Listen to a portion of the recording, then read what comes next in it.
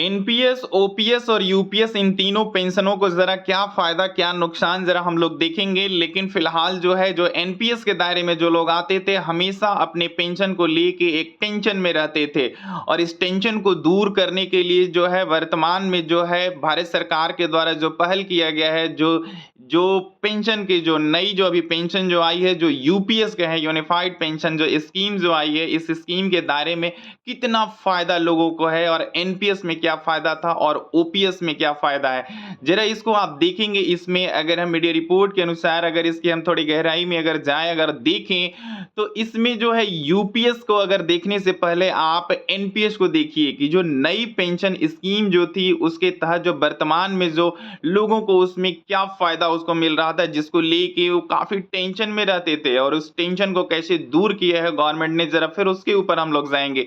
और इससे पहले जो है पुरानी पेंशन जो स्कीम थी, उसमें क्या फ़ायदे थे। तो नई पेंशन योजना के तहत जो वर्तमान में लागू है, इसमें जो है आपको एक निश्चित पेंशन की कोई गारंटी नहीं थी। यानी आपको ये नहीं आपका गारंटी था कि आपको 10,000 मिलेगा, 5,000 मिलेगा, 15,000 मिलेगा, 25 मिलेगा, 30 मिलेगा, कितना आपको पेंशन मिलेगा। यानी इस पेंशन का जो है, इस राशि को कोई एक निश्चित गारंटी नहीं थी।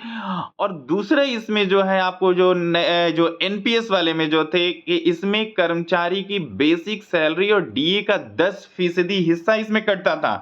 यानी जो है कर्मचारी का जो बेसिक सैलरी जो है और उसका डीए का उसके 10% जो है उसका डिडक्शन होता था। और एनपीएस में जो है आपको शेयर मार्केट के प्रदर्शन पर आधारित होता था। यानी जो है आपका जो है मार्केट में जो इसकी जो वैल्यूएशन जो थी, उसकी जिस तरीके से उसका शेयर मार्केट का ग्रोथ रेट रहता था, उसका उसके अनुसार उसके ऊपर जो है ये आधारित होता था और इसलिए इसे सुरक्षित नहीं माना जाता था ये। यानी ये पूरी सेफ और सिक्योर नहीं थी आपकी, यानी इसमें कोई ये गारंटी नहीं थी कि आपकी कितनी आपकी बनेगी और कितनी नहीं बनेगी आपकी पेंशन। सेवानिवृत्ति पर पेंशन पाने के लिए जो है आपको एनपीएस फंड का 40% निवेश करना होता था। यानी आपको जो है रिटायरमेंट के बाद आपको पेंशन पाने के लिए आपको इसमें एनपीएस फंड का जो है आपको 40% जो है आपको निवेश करना होता था। नेक्स्ट जो इसमें है आपका जो एनपीएस जो ये सारे जो इन सभी चीज़ों को लेके जो विवाद में जो ये रहता था, ये पेंशन जो स्कीम थी, जो एनपीएस जो है, इसमें 6 महीने बाद मिलने वाले डीए एवं महंगाई भत्ता दिए जाने का भी कोई प्रावधान नहीं इसमें था। यानी जो है इसमें जो न्यू पेंशन स्कीम के तहत जो ये लोग हैं, उनको जो है 6 महीने बाद जो है मिलने वाले डीए और महंगाई भत्ता जो दिए जाने का भी इसमें कोई प्रावधान इसमें नहीं इसमें दिया गया था। यानी नुकसान ही ये था। सरकार का जो है मूल वेतन का अपनी तरफ से 10% योगदान करती थी। यानी जो इसमें कंट्रीब्यूशन है सिर्फ गवर्नमेंट 10% करती थी। लेकिन जो है यूपीएस में आपको गवर्नमेंट जो है 18.5% जो है इसमें योगदान इसमें कर रही है। जरा आप देखेंगे इसमें कि क्या फायदा, इसमें कितना बड़ा इसमें फायदा ये है। फिर जो है इसमें आपको ये जिसको लेके कर्मचारी जो है हमेशा असंतुष्ट रहते थे और इसको लेके हमेशा कभी ना कभी क्या कहते हैं, ये पेंशन स्कीम विवाद में ही रहता था और इसका विरोध ये होते थे। अब ये यहाँ पे आइए आप ओपीएस में। ओपीएस जो है खत्म कर दी गई है और ये ओल्ड पेंशन स्कीम के तहत जो कर्मचारी इसमें आते थे और आते हैं जो है, उनको जरा देखिएगा इसमें क्या जो है इसमें फायदा इसमें उनको है। ये सेवानिवृत्ति के समय कर्मचारी के जो है वेतन की आधी राशि पेंशन के रूप में ये जो है दी जाती है। यानी जो ओपीएस ओल्ड पेंशन स्कीम के तहत जो लोग जो इस दायरे में जो आते हैं, उनको जो है अगर वो रिटायरमेंट अगर होंगे या जो हो गए हैं, उनको जो है पेंशन की जो उनकी जो कर्मचारी के जो वेतन की जो आधी राशि जो है पेंशन के रूप में उनको दी जाती है। पेंशन के लिए कर्मचारी के वेतन से कोई पैसा नहीं कटता है। यानी इस पेंशन को लेने के लिए कर्मचारी के वेतन से इसमें कोई कंट्रीब्यूशन या कोई पैसा इसमें नहीं होता है, नहीं कटता था। 20 लाख रुपए तक की ग्रेच्युटी की रकम मिलती थी। यानी जो ग्रेच्युटी मिलती है लगभग उनको जो है 20 लाख रुपए तक की उनकी जो है ग्रेच्युटी मिलती थी ओपीएस वालों को। सेवानिवृत्ति कर्मचारी की मृत्यु होने पर उसके परिजन को पेंशन की राशि मिलती है। यानी जब वो सेवानिवृत्त जो रिटायर जो कर्मचारी जो उनकी मृत्यु होती है, तो मृत्यु होने पर उनके परिजनों को भी पेंशन की राशि इसमें मिलती है। और जनरल प्रोविडेंट फंड का प्रावधान है इसमें। और इसमें जो है इसमें 6 महीने बाद जो है मिलने वाली जो महँगाई भत्ते का भी इसमें प्राविधान यानी डीए का भी है इसमें जो हर जो 6 मंथ्स पे जो है यहाँ पे जो महँगाई भत्ता है जो डीए मिलता है उसमें ऐड इसमें होते रहते थे। लेकिन आपको एनपीएस में ऐड नहीं होते हैं। अब आइए आप यूपीएस के ऊपर जिसको लेके जो है ये पारित हो गया है और भारत सरकार ने जो है जिस तरीके से इसमें पहल और अमल किया है, जो सुविधाएँ, जो व्यवस्थाएँ दिया है, ज़रा इसको देखेंगे इसमें कि क्या आपको इसमें कितना फ़ायदा हो रहा है ये। यानी एनपीएस से ये बहुत ही फ़ायदेमंद है, बहुत ही अच्छा है ये। यानी जो इसमें लाभ और जो सुविधा इसमें मिलने वाली है, जो यूपीएस यूनिफाइड जो पेंशन स्कीम जो इसमें है आपको कि इसमें सुनिश्चित है आपकी पेंशन की राशि यानी अगर आप 12 माह के जो इसमें औसत जो बेसिक वेतन का 50% आपको इसमें मिलेगा ये। यानी 50% जो है आपका इसमें जो है पेंशन जो है आपका इसमें मिलेगा अगर 12 माह के औसत बेसिक वेतन का जो है।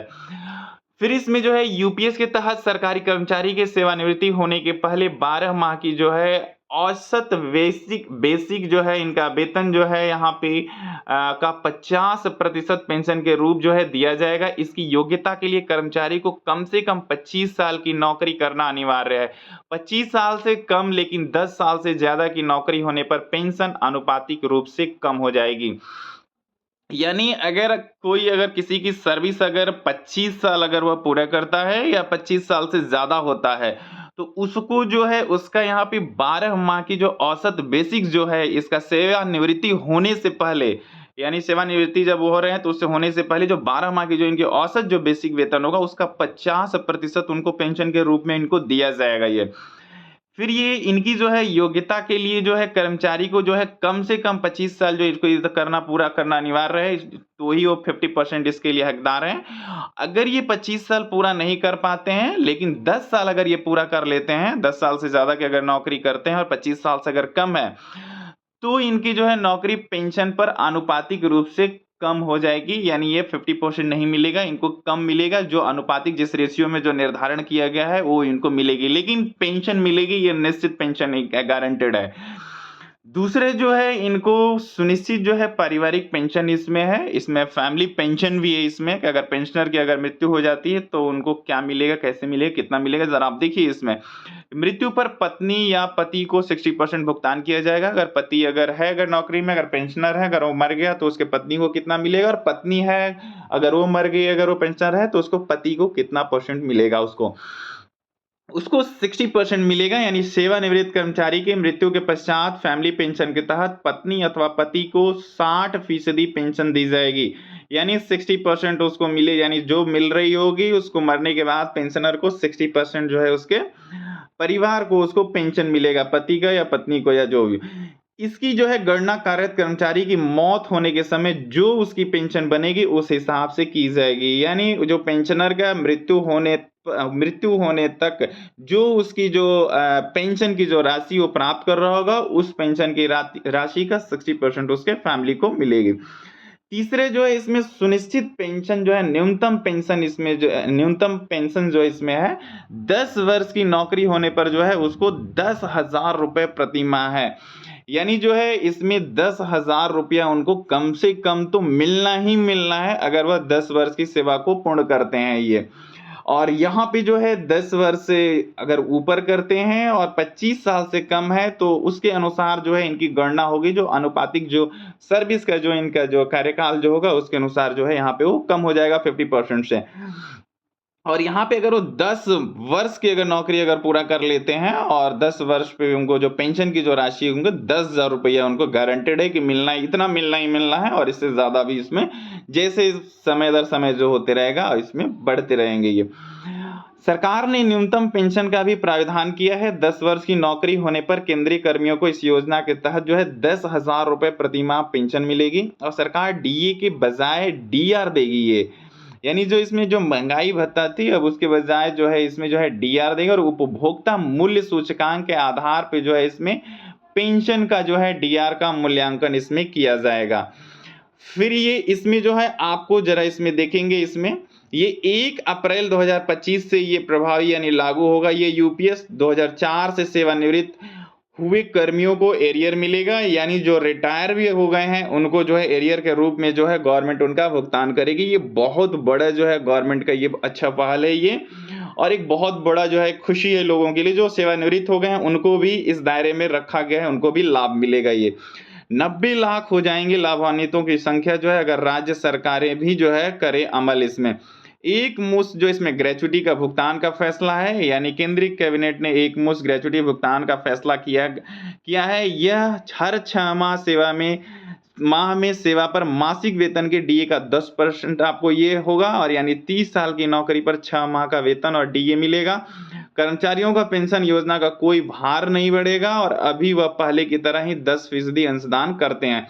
लेकिन जो सरकार 10 साल पहले 10% अंशदान करती थी, उसे मोदी सरकार ने सरकारी अंशदान बढ़ाकर 14% कर दिया है, और अब यह बढ़कर 18.5% कर दिया गया है। यानी एक बहुत बड़ा जो है इसमें सरकार का जो है इसमें कंट्रीब्यूशन, इसमें अंशदान हो गया है। यानी जो है अगर आप देखें तो यूपीएस जो है बहुत ही अच्छा जो है, फार बेटर देन जो है एनपीएस जो है। एनपीएस में जो है कोई इसमें निश्चित राशि नहीं थी, इसमें कोई पेंशन की कोई इसमें गारंटी नहीं थी, राशि की तो दूर है पेंशन की। और यहाँ पे आपको 40% निवेश करना पड़ता था इसमें, और सिर्फ 10% का ही इसमें जो है सरकार जो है मूल वेतन का के तरफ से जो है इसमें कंट्रीब्यूशन 10% योगदान कर देते हैं। और इसमें जो है शेयर मार्केट के ऊपर पूरा ये आधारित था ये, और 40% इसमें कंट्रीब्यूशन करना पड़ता था ये अपने पेंशन के लिए। लेकिन यूपीएस में जो आप देख रहे हैं जो सुविधाएं जो व्यवस्थाएं दी गई है, ये भारत सरकार को जो है इसमें ये धन्यवाद के पात्र रहेंगे, और हर कर्मचारी के अंदर जो है एक खुशी का जो एक माहौल जो आया है। सबसे बड़ी चीज कि जो रिटायर सेवानिवृत्त जो ये कर्मचारी जो हो गए हैं, उन कर्मचारियों को भी एरियर जोड़ के 2004 के बाद से इनको मिलेगा ये। सबसे बड़ा खुशी की बात ये है कि जो लोग जो इस उम्मीद और आस में जो थे कि हमारा जो है बहुत काफ़ी नुकसान हो गया, क्या गवर्नमेंट कुछ करेगी कि नहीं करेगी, तो गवर्नमेंट भी उनके लिए जो है एरियर का इसमें प्राविधान कर दिया गया। यानी अभी तक जो नाराज़गी थी सरकार के लिए, वो नाराज़गी अब वो ख़त्म ये हो गई होगी ये देख के ये लोगों को, और अब वो इंतज़ार में होंगे और इस आस में होंगे कि कब उनके खाते में जो है इसकी राशि जो है अब पहुँचे ये। और फिलहाल जो है आप अपने दोस्त मित्रों को शेयर कर दीजिए कि जो यूपीएस में कितना बड़ा इसका फ़ायदा है, और एनपीएस में जो लोग हैं वो यूपीएस में भी जाने के लिए वो उनकी पात्रता है ये उसमें। फिर मिलते हैं एक नेक्स्ट वीडियो में एक नई जानकारी के साथ, तब तक के लिए नमस्कार।